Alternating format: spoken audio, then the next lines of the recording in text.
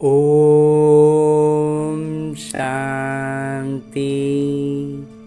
ओम शांति बाबा। आज मैं आत्मा अपने परम पिता परमात्मा के चैतन्य उपस्थिति में इस अमूल्य अलौकिक मुरली का अध्ययन करने जा रहा हूँ, जिसके लिए लौकिक तौर पर दो बातों का ध्यान रखना है। एक कि बड़े फुर्सत से, एकदम इत्मीनान से अपने हाथों में स्वयं से मुरली का अध्ययन करना है, जिसके कारण हम बाबा के चैतन्य एक एक शब्द का अध्ययन जब गहराई से करते हैं तो बाबा मुझसे कह रहे हैं ऐसा अनुभव पाते हैं, और उनकी चैतन्य उपस्थिति का अनुभव से हम भाव विभोर हो उठते हैं। और साथ ही साथ जब दिनचर्या में हमारे लौकिक किरदार में वो कुछ भी परिस्थिति आती है तो बाबा की मुरली की वो बात कानों में ऐसे गूंजती है जैसे बाबा मेरे साथ उस वक्त भी खड़े हैं और मुझसे कान में बात को दोहरा रहे हैं। जब कोई हमारा लौकिक प्रिय हमसे कुछ कहता है तो हमें उनकी बात याद रहती है ना। बिल्कुल ऐसे ही परमात्मा की बातें हमें हमारे किरदार निभाते समय, हमारे जब विकर्म सामने आते हैं एक परिस्थिति बनकर, उस समय हमें याद रह जाते हैं। तो बस इसी अवस्था, ये चीज़ हमें लगातार हमारी उन्नति करती है। इसके लिए हमें फुर्सत से अपने हाथों में मुरली को लेना है। और अलौकिक तौर पर करना क्या है कि अपने सूक्ष्म शरीर के साथ अपने उसी मन को जो यहाँ बहुत, जिसे हम कहते हैं कि भटकता है, वास्तव में वो छटपटा रहा है। बिल्कुल ऐसे जैसे मछली बिन पानी के छटपटाए, वैसे ही हम अपने वास्तविक परम पिता परमात्मा के सानिध्य से, उनकी उपस्थिति से जो दूर हो गए हैं, उसके कारण आज हमारा मन छटपटा रहा है, इसीलिए इधर उधर भटक रहा है कि वो अपने मूल स्थान तक पहुंच सके। तो बस उसे अभी फ़िलहाल सूक्ष्म शरीर को, अपने उसी मन को लेकर के पहुंच जाते हैं मधुबन की धरा पर, और उसमें भी खास तौर पर पांडव भवन के उन चार धामों में हम अपने दिल की बात कहने के लिए बाबा की कुटिया में जा सकते हैं। बाबा से लाड प्यार पाने के लिए बाबा के कमरे में जाकर बिना कुछ कहे, बिना कुछ सुने, बस सिर्फ बाबा और मैं, बाबा मुझसे प्यार कर रहे हैं, मैं बाबा के गोद में अपना सर रखे हुए हूँ और बाबा मुझसे दुलार रहे हैं, मेरे सर पर हाथ फिरा रहे हैं, ये अनुभव पा सकते हैं। और जब खुशियों का समय कुछ अनुभव प्राप्त करें, कुछ अलौकिक सफलता प्राप्त करें, तो बाबा के संग झूले में बैठकर झूला झूल सकते हैं। और जब हमें बिंदु रूप में स्थित होने की अभ्यास करनी हो तो पहुंच जाएं बाबा के उस शांति स्तंभ के पास, जहाँ बाबा अव्यक्त स्मृति के लिए उस स्तंभ है, वो स्थान है। तो वहाँ सूक्ष्म शरीर के साथ पहुँच जाना है। अभी फ़िलहाल हम चलते हैं हिस्ट्री हॉल में, जहाँ साकार तन का आधार लेते हुए मेरे बाबा ने ये मुरली चलाई थी। और लौकिक तौर पर तो बाबा ने ये मुरली पहले चलाई थी, लेकिन अलौकिक तौर पर आज मैं आत्मा जब अपने सूक्ष्म शरीर के साथ बाबा के चैतन्य उपस्थिति का अनुभव पाते हुए उसी हिस्ट्री हॉल में अपने सूक्ष्म शरीर के साथ उपस्थित होता हूँ, तो बाबा अपने दिल की बातें, जिसमें इस मुझ आत्मा के हित की, आने वाले समय की बातें भी होंगी, मेरे मन के सवालों के जवाब भी होंगे, उन सारी ही बातों को, बाबा के दिल की बातों को बाबा इसी मुरली में निहित करके मुझसे कहते हैं, मीठे बच्चे, कालों का काल बाबा आए हैं तुम्हें काल पर जीत प्राप्त कराने। मन मना भव के मंत्र से ही तुम काल पर जीत पाएंगे। जी बाबा कहते हैं कालों का काल, महाकाल मेरे बाबा है, और वो आए हैं हम बच्चों को काल पर जीत प्राप्त कराने। इस काल जो होता है उस काल से हमें बाबा मुक्त कर देते हैं, अमर लोक में ले जाते हैं ना। और इसके लिए बाबा एक ही मंत्र देते हैं, मन मना भव। तो हम आत्माभिमानी स्थिति में आ जाते हैं, और आत्मा तो फिर अजर अमर अविनाशी है ना, इसलिए हम काल पर जीत पा लेते हैं। आगे प्रश्न रूप में बाबा कहते हैं, रूहानी पिता तुम रूहानी यात्रियों को कौन सी एक विशेष शिक्षा देते हैं? बाबा तो बहुत सारी शिक्षाएं देते रहते हैं, लेकिन एक विशेष शिक्षा हम यात्रियों को देते हैं। वो है, बतलाते उत्तर में बाबा कि हे रूहानी यात्री, तुम देह अभिमान छोड़ देही अभिमानी बनो। तुम इस शरीर का भान छोड़ दो और आत्माभिमानी स्थिति में स्थित हो जाओ। रावण ने आधा कल्प से तुम्हें देह अभिमानी बनाया, शरीर के भान में हमें उलझाया है इस रावण ने। अब आत्माभिमानी बनो, अब तो आत्माभिमानी बन जाओ। जब परमात्मा पिता से परिचित हो गए, उनको जान लिया, पहचान लिया, ये रूहानी ज्ञान सुप्रीम रूह ही तुम्हें देते हैं। और ये आध्यात्मिकता, ये आत्मिक ज्ञान, ये तो सर्वोच्च पिता परम पिता परमात्मा ही देते हैं, तो सुप्रीम रूह ही तुम्हें देते हैं, और कोई दे नहीं सकता। और ये ज्ञान उसके अलावा, उनके अलावा किसी के पास है ही नहीं, तो कोई देगा कहाँ से। ओम गीत है, ओम नमो शिवाय, ओम शांति। बच्चों ने अपने पिता की महिमा सुनी, गाया भी जाता है, ऊंचते ऊंच भगवान। वो हैं सब बच्चों के पिता, बाकी जो भी हैं आपस में सब भाई हैं, और सबके पिता भी एक हैं। आपस में सब भाई क्यों हैं? क्योंकि सबके पिता एक है ना, वो है शिव बाबा। बाबा ने समझाया है, हे बच्चों, भक्ति मार्ग में तुमको दो पिता हैं, लौकिक पिता और पारलौकिक पिता। रचयिता से रचना को वर्षा मिलता है, तो वो है हद का वर्षा, ये है बेहद का वर्षा। बेहद के पिता तो एक ही हैं जिनसे बेहद का वर्षा मिलता है। मगर बेहद के पिता तो एक ही है ना, जिनसे वर्षा बेहद का मिलता है, वो है निराकार। उनका नाम है परम पिता परमात्मा शिव। कहते भी हैं शिव परमात्माए नमः। वो हैं ऊंचते ऊंच। तुम्हारी बुद्धि चली जाती है निराकार पिता की तरफ। वो रहते हैं परम धाम में, जहाँ से तुम आत्माएं आती हो। बाबा भी वहीं रहते हैं, वो है ही सर्व के सद्गति करने वाले। उसमें भी भारत परम पिता परमात्मा का अवतरण भूमि है। शिव जयंती भी यहाँ मनाते हैं। उस रूहानी पिता को ही ज्ञान का सागर, पतित पावन, मुक्तिदाता, पथ प्रदर्शक कहा जाता है। तो उनको जिस नाम से पुकारे, जिस संबंध में पुकारे, उस संबंध से, उस नाम से बाबा हमारे पास उपस्थित होते हैं। वहीं दुख हरता सुख करता है, ये भारतवासी जानते हैं। ये दुख धाम है, भारत ही सुख धाम था। बाबा बच्चों को बैठ समझाते हैं। बाबा हम बच्चों के साथ ना फुर्सत से बैठकर बातें करते हैं, बतियाते हैं, और उसमें ज्ञान की एक एक बात समझाते हैं।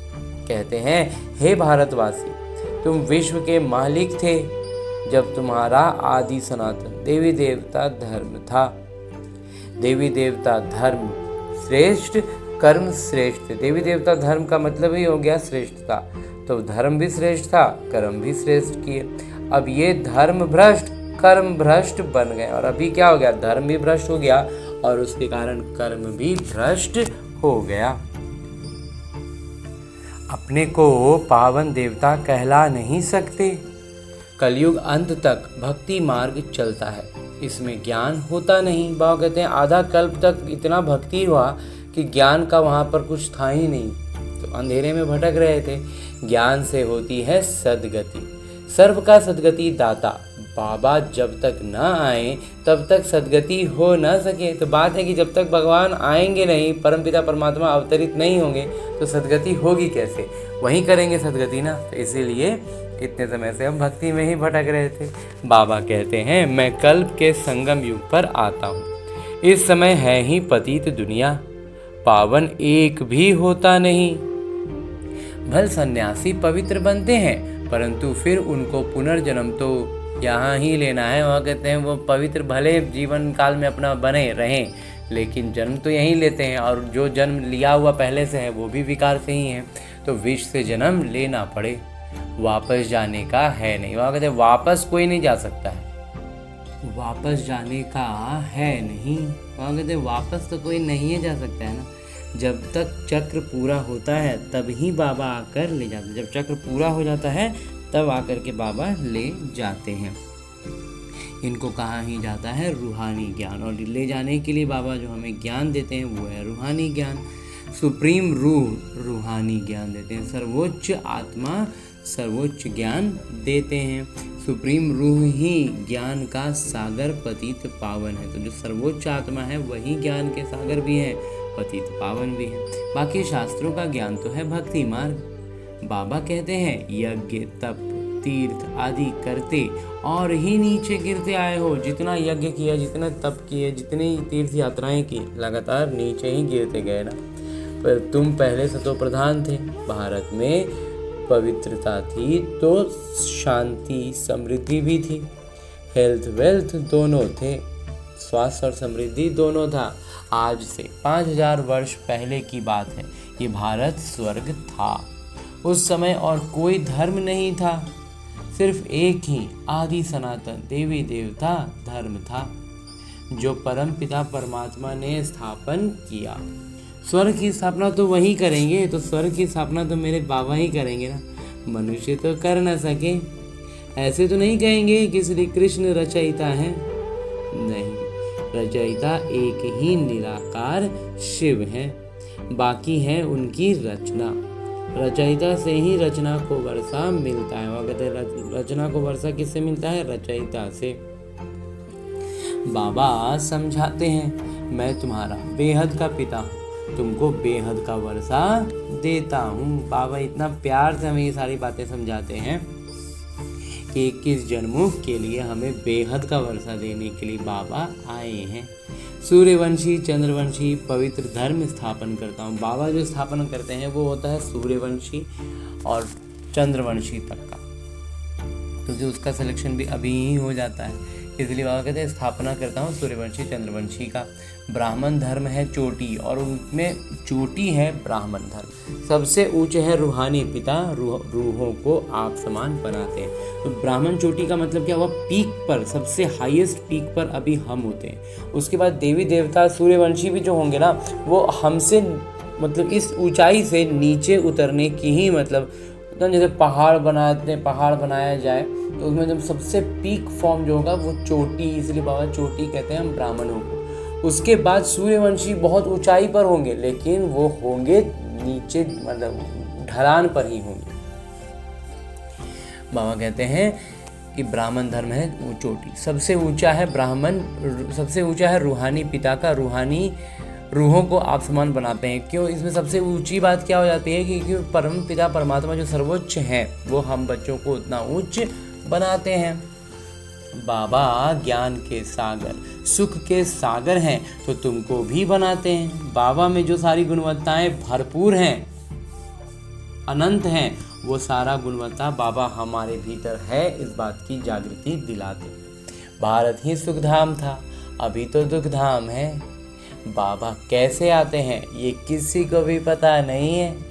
सतयुग आदि से कलयुग अंत तक ये सारा इतिहास भूगोल भारत का है, चाहे सतयुग की शुरुआत से हो चाहे कलयुग का अंत तक का हो, सारा इतिहास भूगोल सब बाबा कहते हैं भारत का ही है। मूल तौर पर भारत का ही सब कहानी है। ये लक्ष्मी नारायण कितने स्वस्थ और समृद्ध थे, कभी बीमार नहीं पड़ते थे, अभी काल पर विजय पाने की शिक्षा ले रहे हैं। बाबा जिन्हें कालों का काल महाकाल कहा जाता है, बाबा का मतलब ही हो गया कालों के काल, महाकाल।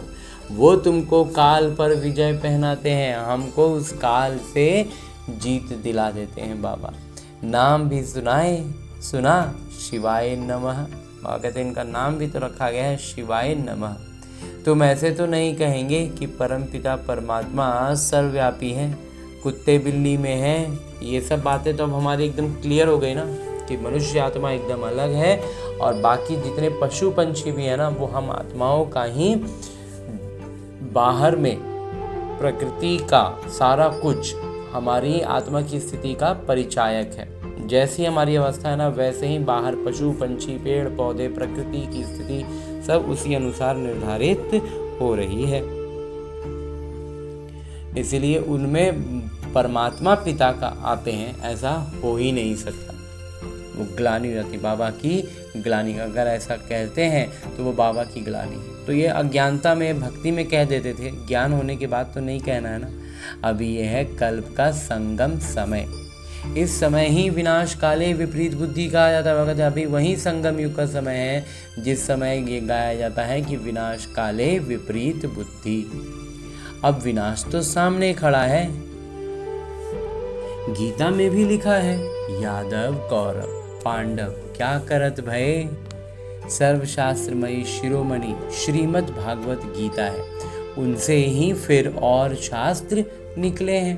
तुम जानते हो गीता है डीटी धर्म का शास्त्र, सर्वोच्च धर्म का शास्त्र है ये गीता। बाबा कहते हैं मैं आता हूँ तुमको शूद्र से ब्राह्मण बनाता हूँ, मैं आता हूँ और तुमको शूद्र से ब्राह्मण बनाता हूँ, फिर सो देवी देवता बनाता हूँ और उसके बाद फिर ब्राह्मण बन के हम जब पुरुषार्थ करके फरिश्ता बनते हैं तो बाबा हमें फिर देवी देवता बनाते हैं। फिर तुम क्षत्रिय वैश्य और शूद्र बनते और फिर और जब नीचे उतरते हैं तो क्षत्रिय वैश्य और शूद्र हो जाते हैं। बाबा समझाते हैं तुम 84 जन्म कैसे लेते हो। सबसे ज़्यादा जन्म जरूर वो लेते हैं जो पहले पहले सतयुग में आते हैं। तो सबसे ज़्यादा जन्म तो उन्हीं का होगा ना जो सतयुग में शुरुआत से आएंगे। मैक्सिमम 84 जन्म लिए हैं। क्या कहते हैं कोई भी आत्मा ज़्यादा से ज़्यादा 84 जन्म, उससे ज़्यादा का चक्र है ही नहीं। और मिनिमम 1 जन्म और कम से कम है तो 1 जन्म। तो जो 1 जन्म वाला है वो लगातार 5000 वर्ष तक कहाँ रहा, शांति धाम में पड़ा रहा ना। तो इसलिए वो शांति की अभाव महसूस कर पाता है, सुख का अभाव उसको महसूस ही नहीं होता, सुख देखा ही नहीं है उस आत्मा ने। और कहते ये भी बाबा ही बैठ समझाते हैं और ये सारी बातें भी हमें बाबा ही समझाते हैं ना। हर एक बात की स्पष्टता तो बाबा ही दे रहे हैं ना। बाबा बगैर किसी को ज्ञान का सागर नहीं कहा जाता। पतित पावन ज्ञान का सागर कहने से बुद्धि ऊपर चली जाती है। बाबा ही सबको मुक्त कर वापस ले जाते हैं। सर्व का सद्गति दाता एक ही बाबा है। अच्छा, फिर सर्व की दुर्गति कैसे होती है, कौन करता है ये दुर्गति, फिर होता कैसे और करता कौन है। सद्गति सतयुग को, दुर्गति कलयुग को कहा जाता है। तो कलयुग रावण का है, रावण का राज्य है तभी तो कलयुग है, तो इसीलिए दुर्गति रावण करता है ना। बाबा कहते हैं मैं कल्प कल्प तुम बच्चों को आकर सद्गति देता हूँ। तुम बच्चे सारे विश्व का इतिहास भूगोल जानते हो। स्कूलों में तो आदि हिस्ट्री ज्योग्राफी सिखाते हैं। स्कूल वगैरह जो हमारा लौकिक विद्यालय है ना, वहाँ हमें वास्तविक इतिहास भूगोल भी नहीं पढ़ाया जाता है, सच सच नहीं बताया जाता। हमें सिर्फ हमारी बुद्धि को सिर्फ ब्रेन वॉश किया जाता है। हमारे इस लौकिक जो पढ़ाई पढ़ाते हैं ना, वो पूरी तरह से ऐसा डिज़ाइन किया गया है जानबूझ के कि हमारी बुद्धि उलझी रहे, कोई भी बात स्पष्ट तौर पर हमें बताई ही नहीं जाती है और उसी को बाबा कहते हैं अधूरा बताते हैं। सतयुग त्रेता में कौन राज्य करते थे किसी को पता नहीं। ये सारा बात तो खैर पता ही नहीं था और जो पता होना चाहिए वो भी हमें बताया नहीं जाता है। चित्र तो बरोबर है, ये लक्ष्मी नारायण राज्य करते थे। कितना समय वो राजधानी चली तुम बता सकते हो, पूरा डिटेल है ना हमारे पास। क्रिश्चियन साम्राज्य 2000 वर्ष चली, बौद्ध साम्राज्य इतना समय चला, इस्लामी उनके आगे, फिर चंद्रवंशी थे, फिर उसके आगे इस्लामी और उसके आगे चंद्रवंशी थे। जो 1250 वर्ष चले। बाबा कहते हैं जो उसके पहले का जो सब रहा वो सब क्या हुआ, अभी तक उसका 1250 साल हो गया अंतिम का।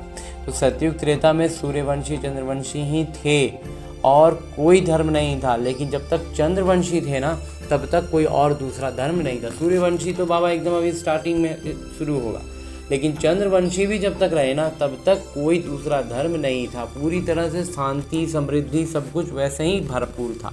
बस सतयुग की सूर्यवंशी की तुलना में ये चंद्रवंशी फीके रहेंगे, लेकिन बाकी अभी की दुनिया के और बाकी धर्मों से देखेंगे तो बहुत श्रेष्ठ रहे थे। तुम ही सूर्यवंशी चंद्रवंशी बनते हो, अब फिर से बने हो ब्राह्मण वंशी। और अभी हम फिर से क्या बन गए, ब्राह्मण वंशी।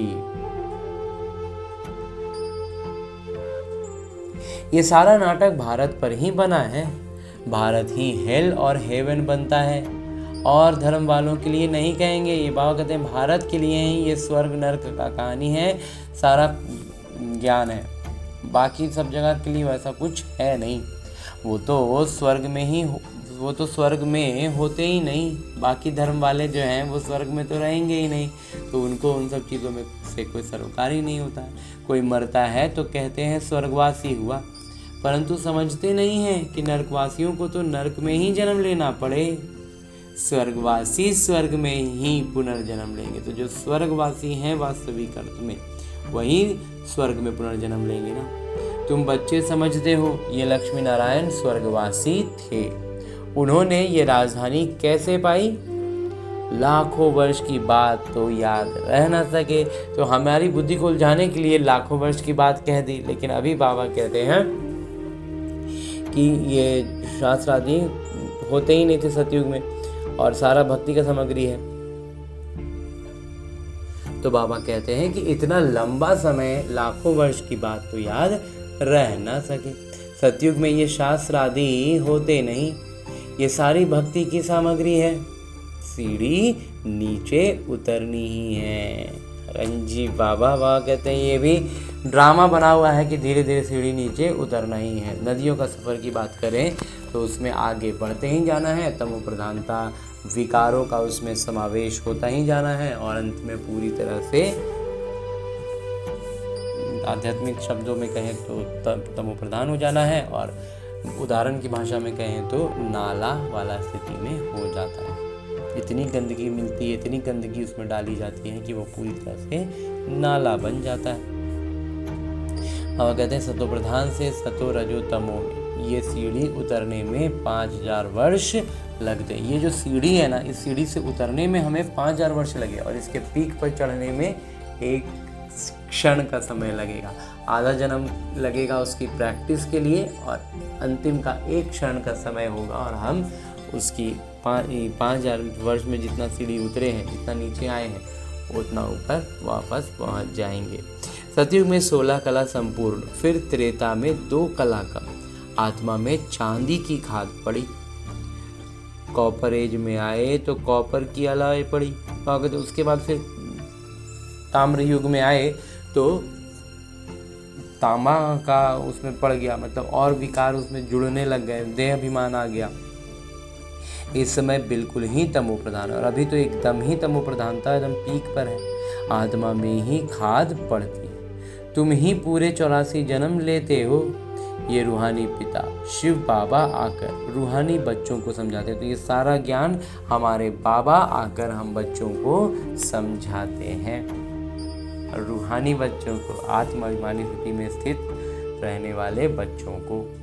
बाकी जो बच्चे आत्माभिमानी स्थिति में नहीं है ना, वो क्या है, उनके लिए बस एक भाषण की तरह है, चल रहा है, सुन लिए, काम खत्म। बाबा कहते हैं तुमको अब आत्म अभिमानी बनना है। रावण की प्रवेशता होने से सब देही अभिमानी बन जाते हैं। रावण का प्रवेश जब से होता है द्वापर से, तो फिर हम शरीर के भान में आ जाते हैं। अब अपने को आत्मा समझना है। हम ही 84 जन्म ले भिन्न भिन्न किरदार निभाते आए हैं। अब 84 का चक्र पूरा हुआ। अब तो शरीर भी जड़जड़ीभूत हो गया है। वहाँ कहते हैं 84 का चक्र पूरा हो गया तो शरीर भी एकदम जड़जड़ीभूत हो गया। तो हमें ये नहीं, यहाँ पर एक छोटा सा कंसेप्ट क्लियर रखना चाहिए कि हमें ऐसा लगेगा कि हमारा ये जन्म का शरीर तो अभी का है, मतलब 10, 20, 50, 30, 40 साल ऐसा नहीं हुआ है, लेकिन वास्तव में आत्मा 5000 के वर्ष का चक्र जो चलाते हुए आई ना, तो आत्मा की स्थिति जैसे रहती गई वैसे वैसे शरीर का क्वालिटी, तो बाबा ने पहले मुरली में बताया हुआ है, शरीर की क्वालिटी भी लगातार नीचे गिरती आई। तो अभी नया शरीर अगर हमारा 30 साल, 20 साल, 40 साल पुराना ही हुआ है, मतलब उतना ही उम्र के हैं अभी मानते हैं जब तक अज्ञानता में थे, तो इसका मतलब ये नहीं कि अभी शरीर बहुत अच्छा है, नहीं, उसका जो शुरुआत ही हुआ ना, वो आत्मा की स्थिति के हिसाब से एकदम आखिरी जन्म वाला शरीर मिला है ना, इसलिए जड़जड़ीभूत हो गया है।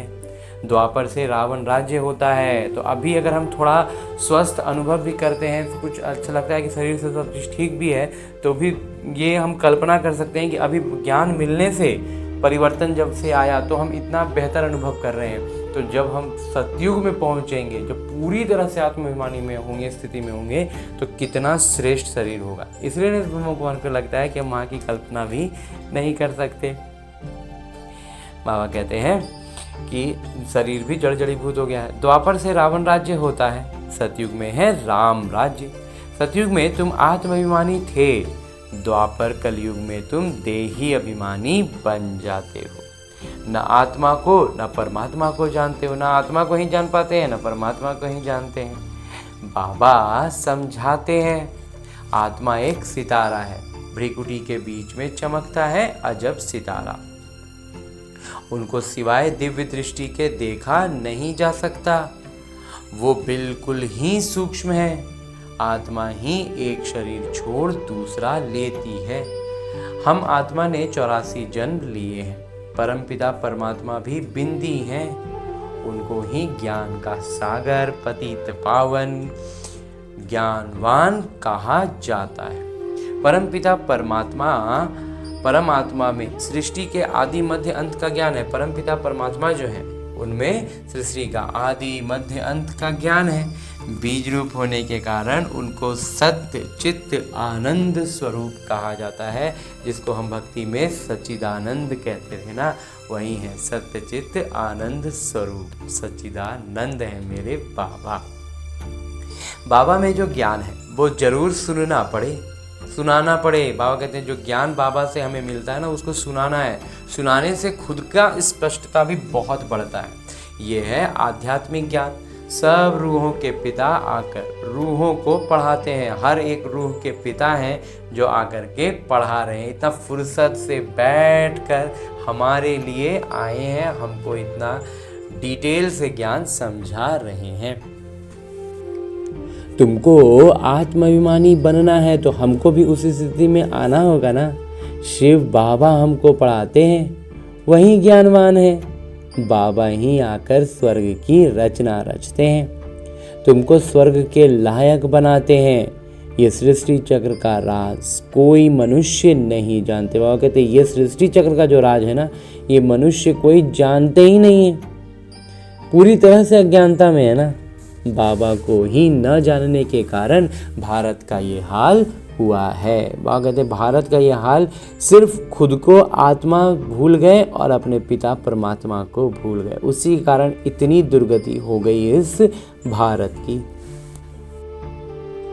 भारत में पवित्रता थी तो शांति थी, अभी तो है ही नर्क। और फिर कोई स्वर्ग में जा कैसे सकते। बाबा कहते हैं भारत में जब पवित्रता थी ना तो शांति थी, समृद्धि थी, लेकिन अभी तो नर्क हो गया है। तो बाबा कहते हैं स्वर्ग में कैसे जा सकते हैं, नर्कवासी तो स्वर्ग में नहीं जाएंगे ना, बिल्कुल ही पत्थर बुद्धि हो गए हैं। बाबा कहते हैं मैं बच्चों के लिए कोई तो सौगात ले आऊंगा, तुमको स्वर्ग का मालिक बनाता हूँ। जिन्होंने कल्प पहले वर्षा लिया था वहीं अब लेंगे। बाबा कहते हैं पूरा स्वर्ग का मालिक जब बाबा हमें बनाते हैं तो फिर पूरा कल्प का वर्षा हम ले लेते हैं। पूरे कल्प का वर्षा अभी ही बांट रहे बाबा, तो अभी ही मिलेगा ना। तो स्वर्ग का मालिक बनना हो, जो भी स्थिति में आना हो, वो सब अभी ही होगा। तो वहाँ कहते हैं कल्प पहले वर्षा लिया है वहीं अभी लेंगे, मनुष्य से देवता बनेंगे। वास्तव में प्रजापिता ब्रह्मा के तो सब बच्चे हैं। अब ब्रह्मा द्वारा शिव बाबा रचना रच रहे हैं, और कहते हैं अब जो है ना शिव बाबा क्या कर रहे हैं, हम बच्चों के द्वारा सारी रचनाएं रच रहे हैं। तो निमित्त हम बच्चों को बनाते हैं। सबसे पहले ब्रह्मा बाबा को निमित्त बनाया, फिर हम बच्चों को निमित्त बना रहे हैं आगे की रचना रचने के लिए। ब्रह्मा कुमार कुमारी बनते जाते हैं। तो क्या हो रहा है, धीरे धीरे हम देख रहे हैं कि काफ़ी ज़्यादा गिनती बढ़ गई है ब्रह्मा कुमार कुमारियों की। शिव बाबा से वर्षा लेने के लिए पुरुषार्थ करना है। तमो प्रधान से सतो प्रधान बनना है। बाबा कहते हैं, बच्चों मुझे याद करो तो तुम्हारे सब विकर्म विनाश होंगे। बाबा कहते हैं, बच्चों मुझे याद करो तो तुम्हारे सब विकर्म विनाश होंगे। ये आध्यात्मिक ज्ञान सिवाय बाबा के और कोई दे नहीं सकता। रूहानी पिता ही रूहों का ज्ञान देते हैं। तुम रूहानी यात्रा करते हो, देह अभिमान को छोड़ देही अभिमानी बनते हो। शरीर के भान से निकलकर हम अपने आत्माभिमानी स्थिति में आते हैं। आत्मा में ही किरदार भरा हुआ है। आत्मा कैसे 84 जन्मों का किरदार निभाती है अब मालूम पड़ा है। कैसे कैसे क्या क्या होता है सारा कुछ अब मालूम पड़ा है। हम सूर्यवंशी थे, फिर चंद्रवंशी बने, फिर हमको सूर्यवंशी बनना है। अभी बाबा सतो प्रधान बनने की शिक्षा देते हैं। मामेकम याद करो। भगवान उवाच, गीता का भगवान शिव बाबा है, न कि श्री कृष्ण। श्री कृष्ण की आत्मा भी अभी सीख रही है। तो श्री कृष्ण भी जो है वो ब्रह्मा बाबा के तन में अभी वही आत्मा है और वो सीख रही है ना, इसलिए वो गीता का भगवान नहीं है। गीता में जो भगवान उवाच है वो शिव पिता का है। अच्छा, मीठे मीठे सिकिलते बच्चों प्रति माता पिता बाबा का याद प्यार और आशीर्वाद। रूहानी बाबा के रूहानी बच्चों को नमस्ते। हम रूहानी बच्चों की ओर से रूहानी माता पिता को याद प्यार और प्रणाम। धन्यवाद बाबा, धन्यवाद। मुरली के लिए भी धन्यवाद और इस अनूठे अलौकिक ब्राह्मण जीवन के लिए भी बहुत बहुत बहुत धन्यवाद बाबा, बहुत धन्यवाद। आगे आज की मुरली से लिए गए वो प्रमुख बिंदु हैं जिन्हें हमें अपने ब्राह्मण जीवन में धारण करने हैं। और ब्राह्मण सो फरिश्ता, फरिश्ता सो देवता बनना है। उसके लिए जो सबसे पहली बिंदु है वो है रूहानी यात्रा करनी और करानी है। स्वयं को सतो प्रधान बनाने के लिए एक बाबा को याद करना है। आत्म अभिमानी बनने का पूरा पूरा पुरुषार्थ करना है। हाँ जी बाबा, पूरी तरह से अपने आप को निरंतर आत्म अभिमानी स्थिति में रखना, आत्मा समझकर हर कुछ करना है कि आत्मा हूँ, इस किरदार में अभ्यास कर रहा हूँ। बस ये बातें याद समझ में स्पष्ट हो गई ना बुद्धि में, फिर एकदम सब कुछ नज़रिया बदल जाएगा, सब कुछ सरल हो जाएगा, स्थिति अचल अडोल रहेगी, बहुत फर्क पड़ जाएगा। दूसरा बिंदु है काल पर विजय पाने के लिए बाबा की शिक्षा को ध्यान पर रखना है। अपने को रूह समझ रूहों को ज्ञान देना है। तो खुद को भी आत्मा समझना है, तभी हम दूसरों को आत्मा समझते हुए उनको ज्ञान दे पाएंगे। बाबा कहते हैं बाबा की जो शिक्षा है उसको ध्यान में रखेंगे तभी ये होगा ना। हाँ जी बाबा। और आगे मेरे बाबा वरदान दे रहे हैं। वरदान देते हुए मेरे बाबा कहते हैं माता पिता के कर्तव्य को अपना निशाना बनाने वाले मर्यादा पुरुषोत्तम भव। और कहते हैं माता पिता का जो कर्तव्य है उसको अपना एकदम प्राइम टारगेट जिसको बोला जाए वो रख लेना है और उसी अनुसार अपना सारा लक्षण, सारा प्रयास उसी दिशा में करने के लिए बढ़ना है। तो वह कहते हैं हम मर्यादा पुरुषोत्तम हो गए। विस्तार से वह कहते हैं कहा जाता है अपनी घोट तो नशा चढ़े। जब तक अपने से मंथन नहीं करेंगे, अपने से मुरली का अध्ययन नहीं करेंगे, तब तक नशा नहीं चढ़ेगा। अब इसी को कहते हैं अपनी घोट तो नशा चढ़े। जब तक अपने से नहीं घोटेंगे ना, ज्ञान को मंथन खुद से नहीं करेंगे, खुद से उसको चलाएंगे नहीं बुद्धि में ना, तब तक नशा नहीं चढ़ेगा। दूसरा का बताया हुआ, मंथन किया हुआ बात दूसरा का बताया हुआ है ना, तो वो एक इन्फॉर्मेशन ही है। खुद के बातों को बुद्धि में जब चलाएंगे, घुमाएंगे, मुरली की 10 मतलब हर दिन मुरली बाबा कुछ अलग अलग बिंदुएं बतलाते हैं, हर बिंदु को जोड़ने का प्रयास करेंगे। कुछ बातें क्या होती है ना, विपरीत बात, कभी बाबा ऐसे बोल देते हैं, कभी बाबा ऐसे बोल देते हैं। तो जब इस तरह की विपरीत बातें दिखें तो समझ रहा, तब उसको जब जोड़ते हुए इस ब्रह्मा कुमार ने मंथन किया तो समझ में आया, अच्छा ये सब चीज़ें चक्रीय हैं। तो इसलिए उसमें पूरब भी आएगा, पश्चिम भी आएगा, उत्तर भी आएगा, दक्षिण भी आएगा, चारों ही दिशाएं आएंगी जो बातें चक्रीय हैं। और जो बातें एकदम से एक तरफा हैं, वहाँ पर एकदम बाबा हर समय जब बोलेंगे तो एक ही चीज़, एक ही इन्फॉर्मेशन आएगा। तो इस बात से इस तरह की स्पष्टता जो है, ये अपना घोटने से ही अपने से ही नशा चढ़ता है। इसलिए कहते हैं अपनी घोट तो नशा चढ़े। दूसरे की कमाई में कभी भी आंख नहीं जानी चाहिए, चाहे फिर वो लौकिक हो या अलौकिक हो। कभी दूसरा का देख करके ये नहीं होना चाहिए कितना ऐसे है, इतना वैसे है। दूसरे के नशे को निशाना बनाने के बजाय माता पिता के गुण और कर्तव्य को निशाना बनाओ, तो दूसरा पर नजर जाए, उससे तो लाख दर्जे बेहतर बात होगी ना कि बाबा की गुणवत्ताएं और शक्तियों को पर अपना निशाना साधें। माता पिता के साथ अधर्म विनाश और सतधर्म की स्थापना के कर्तव्य में मददगार बनो।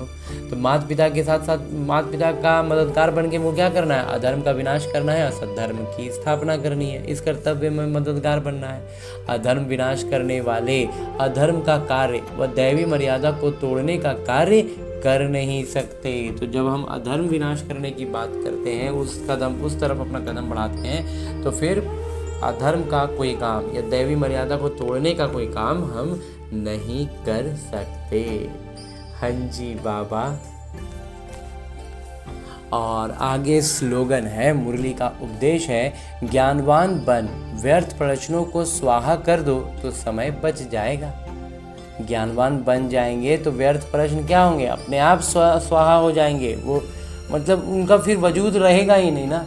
ज्ञान की स्पष्टता से कम रोशनी में क्या है, बहुत चीज़ों का परछाई दिखता रहता है, तो समझ में नहीं आता क्या है नहीं है। जैसे ही तेज रोशनी आती है, परछाई वगैरह, अगर परछाई दिखाई भी दे किसी चीज़ की, तो वो भी इतना स्पष्ट होगा कि मालूम चलेगा कि ये इस चीज़ की परछाई है, हम उलझेंगे नहीं। तो कहते हैं व्यर्थ प्रश्नों को स्वाहा कर दो तो समय बच जाएगा। तो उनके पीछे जो हम अपना एनर्जी, ऊर्जा और समय लगा रहे थे, वो सब बच जाएगा ना।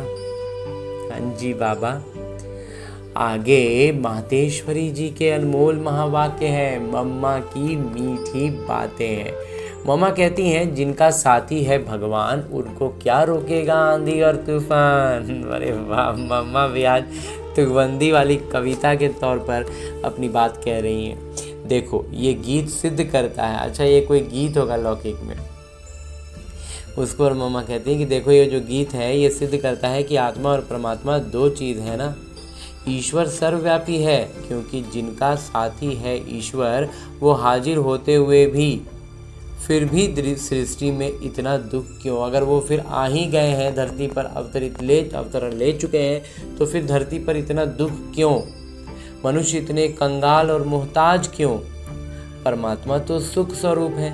तो सर्वव्यापी परमात्मा कहना गोया परमात्मा की इंसल्ट करना है। इसलिए मम्मा बतला रही हैं कि हमें ये बात समझना है कि परमात्मा तो सुख स्वरूप है, तो फिर वो अगर सर्वव्यापी है, अगर सब में परमात्मा है, तो फिर इतना दुख कैसे होगा, नहीं होगा ना। तो मतलब ये बात ही गड़बड़ है। इसलिए मम्मा कहती हैं कि बाबा को सर्वव्यापी कहना गोया परमात्मा की अनादर करना।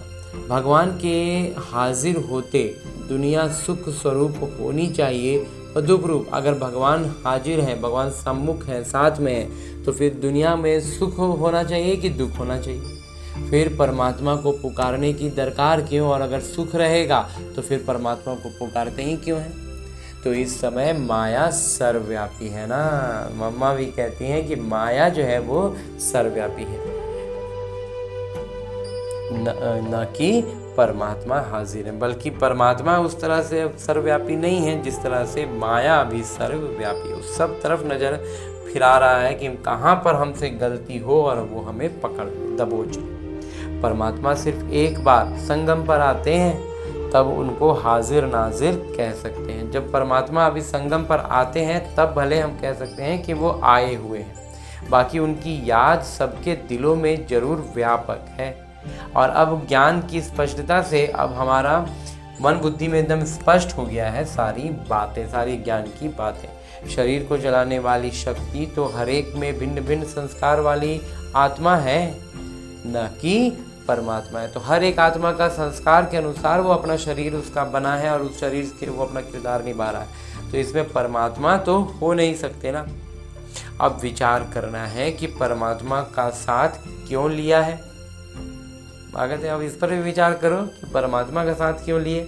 इस माया के आंधी और तूफान से पार होने के लिए जरूर कोई माया का तूफान है। बाबा कहते हैं इस माया का आंधी और तूफान को पार करने के लिए, मम्मा कह रही हैं, तो जरूर कोई माया का तूफान है। जो बोला जाता है कि माया का आंधी तूफान पार होना है, तो उसमें माया का कोई तूफान है तब तो, जिससे पार होने के लिए उस परमात्मा का साथ हम आत्माएं मांगती हैं। आखिर हम परमात्मा को पुकारते क्यों हैं? इस तूफान से पार ले चलने के लिए ना। अगर वो हाजिर होते तो ना माया की उलझन होती, ना उनका साथ लेने के लिए याद करना पड़ता। मम्मा कह रही हैं कि अगर बाबा हमेशा परमात्मा साथ में होते, हाजिर होते, तो ना माया का उलझन होता। माया, क्योंकि परमात्मा के इर्द गिर्द भी माया आ सकता है, नहीं ना, तो ना माया का उलझन होता और ना उनका साथ लेने के लिए हमको याद करना पड़ता। वो जब साथ ही थे तो फिर हम उनको याद क्यों करते, है ना। तो हम आत्माओं और परमात्मा दोनों का इस खेल में किरदार है। तो जब परमात्मा आते हैं तो उनका पूरा साथ ले, उनका हो जाना, तभी माया के तूफान से छूट पाएंगे। बाबा कहते हैं, मम्मा कहती हैं कि जब परमात्मा आए हैं तो फिर उनका पूरा साथ लेना चाहिए ना। कल बाबा ने कहा था ना, दिल के टुकड़े कर देते हैं, टुकड़े नहीं करने ना, गोट्टा दिल बाबा को दे देना एकदम साबुत। तो बाबा कहते हैं उनका पूरा, और फिर उनका साथ लेना है, उनके साथ हो जाना है, तभी माया के तूफान से छूट पाएंगे। तब फिर माया हमारे इर्द गिर्द भी नहीं आ पाएगा, क्योंकि हम बाबा की गोद में चढ़े रहेंगे। भले वो सबके सुखदाता हैं, परंतु जो प्रैक्टिकल में उनका सहारा लेते हैं उन्हों को ही साथ मिलता है। बाबा कहते हैं वो है तो सुखदाता सबके, भले वो सबके सुखदाता है, परंतु जो प्रैक्टिकल में उनका सहारा लेते हैं, जब हम उनको पहचान कर उनका सहारा लेते हैं, हर बात उनके सानिध्य में होता है, हर चीज़ उनकी उपस्थिति में अनुभव के साथ हम करते हैं कि परमात्मा मेरे साथ है। इस अनुभव के साथ जब करते हैं, उनका सहारा लेते हैं, तब बाबा कहते हैं उनका साथ हमें मिलता है, अनुभव भी करते हैं। और अगर हम ऐसा नहीं करेंगे तो अनुभव नहीं करेंगे, तो उन बच्चों को एक्स्ट्रा प्राप्ति होती है। तो अनुभव में वही हो गया ना, अनुभव का। भले वो दुनिया के अंदर आए, उपस्थित हुए हैं, परंतु ओहो आश्चर्यवत, बाबा मम्मा कह रही हैं कि बाबा आए हैं लेकिन उनकी उपस्थिति भी यहाँ पर है, लेकिन कितना ऐसा मतलब ऐसा स्थिति में है, ऐसे स्वरूप में है, ऐसा उनका उपस्थिति है कि उसको हम स्वीकार ही नहीं कर पाते। हमारी बुद्धि में इतना कचरा है कि हम उस कचरा वाला दिमाग के कारण, उस विकारी पतित बुद्धि के कारण पहचान ही नहीं पाते। दुनिया इनको न जानने के कारण इनका साथ नहीं लेती है। अगर उनका पूरा साथ पकड़ ले तो मदद देने में मशहूर है। वहाँ कहते हैं अगर बाबा का हाथ कस के पकड़ लो ना तो मदद करने के लिए बाबा तो मशहूर है। भक्ति में भी हम मदद की कामना करते थे ना, और अब तो यथार्थ रीति परमात्मा मेरे साथ है। कहते हैं एक कदम तुम आगे बढ़ो तो 10 कदम आगे आएंगे। हम एक कदम बढ़ाएंगे अपने इस ज्ञान का जो दायरा है ना हमारा, जितना दूर तक भी हम जो कुछ भी जानते हैं उससे एक कदम बाहर निकालेंगे कि हमारी जानकारी जो कुछ भी है, जितनी भी है, उसके बाहर भी भगवान हो सकते हैं, उनकी बातें हो सकती हैं। इस बात को स्वीकारते हुए एक कदम हमने आगे बढ़ाया ना तो 10 कदम से, आज बाबा 10 कह रहे हैं, नहीं तो बाबा 1000 कदम भी कह चुके हैं मुरली में कि 1000 कदम से बाबा दौड़े आते हैं, तो वो संपूर्ण वर्षा देते हैं। और फिर जब वो सामने से आते हैं और हम इधर से बढ़ाएं ना एक कदम भी, तो बाबा हमें संपूर्ण वर्षा देते हैं। मतलब एक तरह से अगर कहें तो बाउंड्री है, रावण का बाउंड्री में के हम अंदर फंसे हुए हैं। जैसे हम इस बाउंड्री से सिर्फ बाहर निकलेंगे ना, बस हम दूसरा दुनिया में, बाबा के इस अलौकिकता की दुनिया में पहुंच जाएंगे। और बाबा कहते हैं संपूर्ण वर्षा मिल जाएगा जिसमें कोई अपूर्णता नहीं होती है, और उस दुनिया में बाबा के इस सानिध्य में अपूर्णता होती ही नहीं। अच्छा, और अभी तक हमने परम पिता परमात्मा से इतना श्रेष्ठ, अमूल्य, अलौकिक साकार मुरली को परम पिता परमात्मा के चैतन्य उपस्थिति के साथ अध्ययन करने का प्रयास किया और अनुभव भी किया ना। अब मेरे बाबा इसी अव्यक्त स्वरूप में स्थित रहकर एक इशारा भी देते हैं कि सदा अचल अडोल एक रस स्थिति का अनुभव करो। और ऐसा अनुभव करने के लिए हर दिन अलग अलग आयामों से अलग अलग इशारे देते हुए आज जो इशारा मेरे बाबा दे रहे हैं वह कोई भी संकल्प आए तो ऊपर देकर स्वयं निसंकल्प होकर चलते जाओ।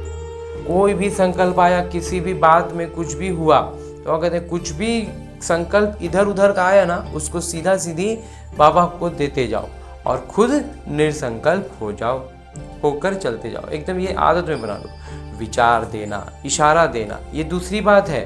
हलचल में आना, ये दूसरी बात है। तो ये हुआ कि लौकिक में मेरा किरदार है कि उस बात पे मुझे कुछ फैसला लेना है, मतलब आगे उसमें कुछ करना होगा हमको। एकदम से हम अपना किरदार मेरा ऐसा है कि हमको उसमें मतलब इन्वॉल्व होना ही होगा। तो आप कहते हैं तो उसमें विचार देना या इशारा देना, मतलब इन्वॉल्वमेंट होना एक अलग बात है, लेकिन उसके कारण हलचल में आ जाना ये एकदम अलग बात है, दूसरी बात है। मतलब ये इस पर हमें विशेष ध्यान देना है कि हम हलचल में ना आए। तो सदा एक रस, तो ये नज़रिया बदला हुआ रहेगा ना, तो हम एक रस अवस्था में रहेंगे ही, इसमें हमें फिर कोई संदेह नहीं है। बाबा कहते हैं तो सदा एक रस रह जाएंगे। संकल्प दिया और निसंकल्प बने। जैसे ही हमने अपना काम ड्यूटी निभा दिया ना, बस हम उसके बाद फिर निसंकल्प हो गए। फिर हमको उस आगे पीछे कुछ उसके बारे में कोई संकल्प चलाना ही नहीं है। सदा ध्यान रहे कि मुझे कर्मेंद्रिय जीत बनना है। इस बात का एकदम सजगता रहना चाहिए कि मुझे कर्मेंद्रिय जीत बनना है। सारी कर्मेंद्रियों से ऊपर रहना है। कोई एक कर्मेंद्रियों की आकर्षण भी एक बाबा का बनने नहीं देगी। एक बाबा का बनने में एक भी कर्मेंद्रिय बीच में आ गया तो बाबा का हमको बनने नहीं देगा, गोद में चढ़ने नहीं देगा, एक रस स्थिति में होने नहीं देगी। तो ना, बाबा की गोद में नहीं चढ़ पाने का मतलब ही हुआ कि हमारी स्थिति एक रस नहीं रहेगी, दो नाव वाली बात हो जाएगी। जो बाबा ने कहा ना, एक अभी कल परसों में बाबा ने कहा था कि एक झटके में जो आ गए ना, वो उनका अलग ही स्तर है। और जो दो नाव पे चल रहे हैं, तो इस ब्रह्मा कुमार का तो मंथन रहा है, अनुभव रहा है कि शुरुआत में झटके में तो नहीं आए, लेकिन जब ज्ञान की स्पष्टता आती गई तो शुरुआत में तो जो लौकिक दुनिया में जो के नाव पर जो पैर था, उससे एक पैर उठा करके बाबा के ज्ञान की नाव पर रखे, कुछ समय के लिए हिले डोले और दो नाव का अनुभव में समझ में आने लग गया कि ये पुराना नाव जो था ये बेकार का नाव था। ये स्पष्टता जब बुद्धि में आई तो फिर एकदम से छूट गया और फिर आ गए बाबा की नाव में। एक नाव में आ गए, एक बल एक भरोसा। ये बात शुरू में सिर्फ कहने को समझ में आता था कि ऐसा कहते हैं, लेकिन धीरे धीरे निश्चय होता चला गया।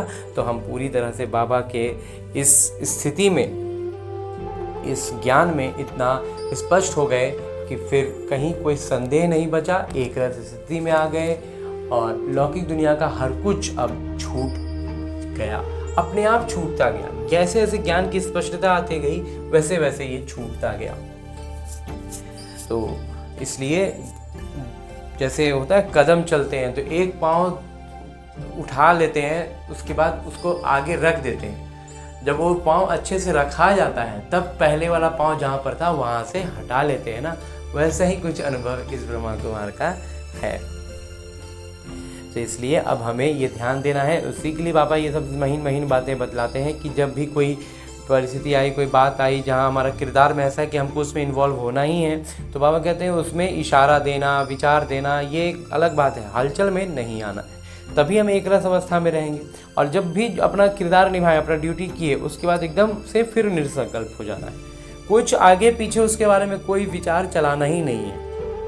तब बाबा कहते हैं हम कर्मेंद्रिय जीत रहेंगे, और कर्मेंद्रियों पर जीत रहेगा तभी तो हम, बाबा कहते हैं एक भी अगर कर्मेंद्रिय पर का आकर्षण आ गया तो हम बाबा के से दूर हो जाएंगे। तो इस बात का बहुत ज़्यादा ख्याल रखना है। महीन स्तर पर बाबा इस तरह की बातें हमें स्पष्ट करके बताते हैं। हाँ जी बाबा। और अब हमने परमपिता परमात्मा का इतना श्रेष्ठ ज्ञान मुरली को उनकी चैतन्य उपस्थिति में अध्ययन किया, उनसे वरदान प्राप्त किया। इशारे अव्यक्त रूप में स्थित होकर बाबा ने जो इशारा दिया उसे भी जान लिया। अब हमें करना क्या है? हमें अपने इस लक्ष्य को याद रखना है कि हमें लक्ष्मी नारायण बनना है, विश्व महाराजा बनना है। तो करना क्या है? इन सारी ज्ञान की बातों को वास्तविक जीवन में अपनाना है। और ये वास्तविक जीवन भी कहना एक तरह से गलत होगा, क्योंकि ये जो मेरा लौकिक जीवन है ये बस और बस मेरे अभ्यास के लिए है। उसका एक अभ्यास पुस्तिका है जिसमें आने वाली हर परिस्थिति मेरे लिए एक प्रश्न है, और उस प्रश्न का मैं कितना आत्माभिमानी स्थिति में रहकर उत्तर देता हूँ, उस पर अपनी प्रतिक्रिया देता हूँ, वही निर्धारित कर रहा है कि मैं अपने लक्ष्य के कितने करीब पहुँच रहा हूँ। तो इसके लिए अभी फिलहाल हमें लौटना है अपने इस स्थूल शरीर में, अपने इस किरदार, जहाँ मुझे न केवल अपने सारे आत्मिक गुणों की स्मृति रखनी है बल्कि अष्ट शक्तियों की जागृति रखनी है। और उन अष्ट शक्तियों को इस ब्रह्मा कुमार ने अपने मंथन से इस क्रम में सजाया है कि सबसे पहले हमारे भीतर ज्ञान के बाद जो शक्ति जागृत होती है वो होती है सहज शक्ति। जब हम ज्ञान की महीन बातों को नहीं समझ पाते हैं, कुछ स्पष्ट नहीं हो पाता है, या जहाँ पर भी जिस भी परिस्थिति में हम स्पष्टता में थोड़ा भी उलझते हैं, तो लेकिन निश्चय पूरा होता है, तो हम सहन शक्ति की जागृति के साथ हर परिस्थिति को पार कर पाते हैं। उसके बाद जो जागृत होती है वो होती है परखने की शक्ति, और उसी के साथ साथ निर्णय करने की शक्ति। अब निर्णय क्या करना है? निर्णय करने के लिए हमारे पास 5 शक्तियां हैं कि हमें इन 5 में से कौन सी शक्ति का इस्तेमाल करना है।